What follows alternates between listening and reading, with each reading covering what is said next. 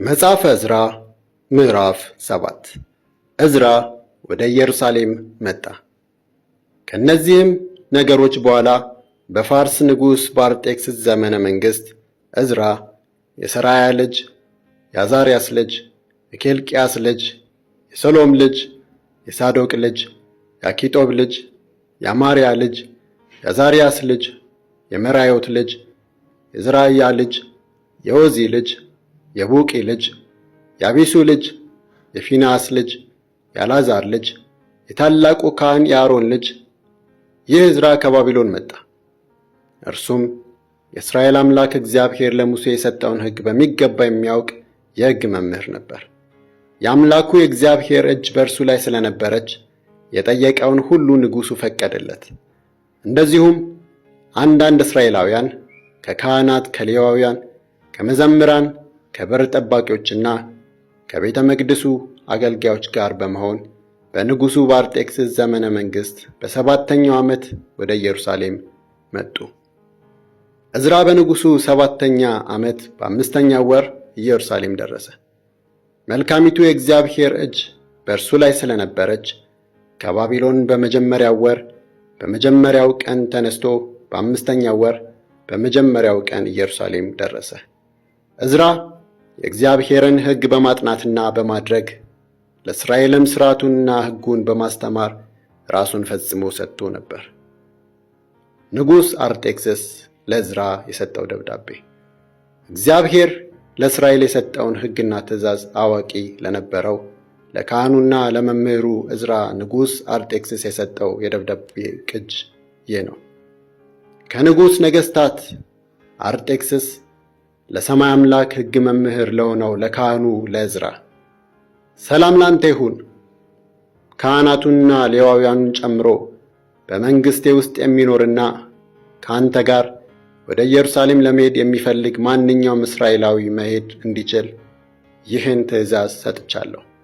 በእጅህ በሚገኘው በአምላክህ ሕግ መሠረት ስለ ይሁዳና ስለ ኢየሩሳሌም እንድትመረምር በንጉሡና በሰባት አማካሪዎቹ ተልከሃል። ከዚህም በላይ ንጉሡና አማካሪዎቹ መኖሪያው በኢየሩሳሌም ለሆነው ለእስራኤል አምላክ በፈቃዳቸው የሰጡትን ብርና ወርቅ ይዘህ ሂድ። እንዲሁም ከመላው ባቢሎን አውራጃ የምታገኘውን ብርና ወርቅ በሙሉ ሕዝቡና ካህናቱም በኢየሩሳሌም ላለው ለአምላካቸው ቤተ መቅደስ በፈቃዳቸው የሚሰጡትን መባ ሁሉ ይዘህ ሂድ። በዚህም ገንዘብ ወይፈኖችን፣ አውራ በጎችንና ጠቦቶችን ከእህል ቁርባኖቻቸውን እና ከመጠጥ ቁርባኖቻቸው ጋር መግዛት እንዳለብህ አትርሳ።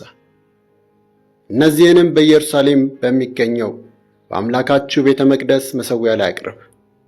ከዚህ የሚቀረውንም ብርና ወርቅ አንተና ወንድሞችህ አይሁድ እንደ አምላካችሁ ፈቃድ ደስ ለሚላችሁ ነገር ሁሉ አውሉት። ለአምላክህ ቤተ መቅደስ በአደራ የተሰጠህንም ዕቃ ሁሉ በኢየሩሳሌም አምላክ ፊት አቅርብ። ከዚህም በላይ ለአምላክህ ቤተ መቅደስ ለመስጠት የምትፈልገውን ነገር ሁሉ ከንጉሡ ግምጃ ቤት መውሰድ ትችላለህ። በኤፍራጥስ ማዶ የምትገኙ በጅሮንዶች ሁሉ የሰማይ አምላክ ሕግ መምህር የሆነው ካህኑ ዕዝራ የሚጠይቃችሁን ሁሉ በትጋት እንድትሰጡት እኔ ንጉሥ አርጤክስስ እነሆ አዝዣለሁ። እስከ 100 መክሊት ብር፣ እስከ 100 ቆሮስ ስንዴ፣ እስከ 100 ባዶስ መስፈሪያ ወይን ጠጅ፣ እስከ 100 ባዶስ የወይራ ዘይትና የሚፈለገውን ያህል ጨው ስጡት። የሰማይ አምላክ የሚያዘው ሁሉ ለሰማይ አምላክ ቤተ መቅደስ በፍጹም ትጋት ይደረግ። በንጉሡና በልጆቹ መንግሥት ላይ ለምን ቁጣ ይውረድ?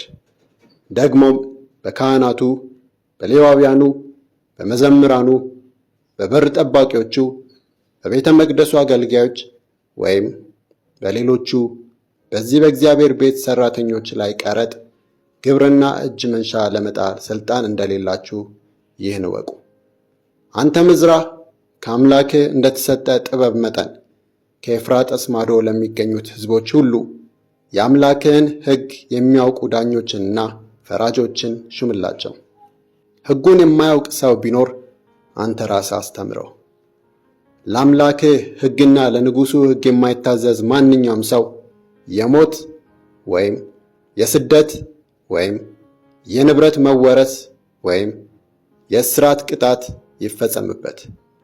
በኢየሩሳሌም የሚገኘው የእግዚአብሔር ቤት በዚህ ሁኔታ እንዲከበር ይህን በንጉሡ ልብ ያኖረ የአባቶቻችን አምላክ እግዚአብሔር ቡሩክ ይሁን። እንዲሁም በንጉሡ በአማካሪዎቹና በኃያላን ሹሞቹ ፊት ሁሉ ሞገስን የሰጠኝ አምላክ የተመሰገነ ይሁን። የአምላክ የእግዚአብሔር እጅ በእኔ ላይ ስለነበረች አብረውኝ እንዲሄዱ ከእስራኤል መካከል የታወቁ ሰዎችን ለመሰብሰብ ብርታት አገኘው።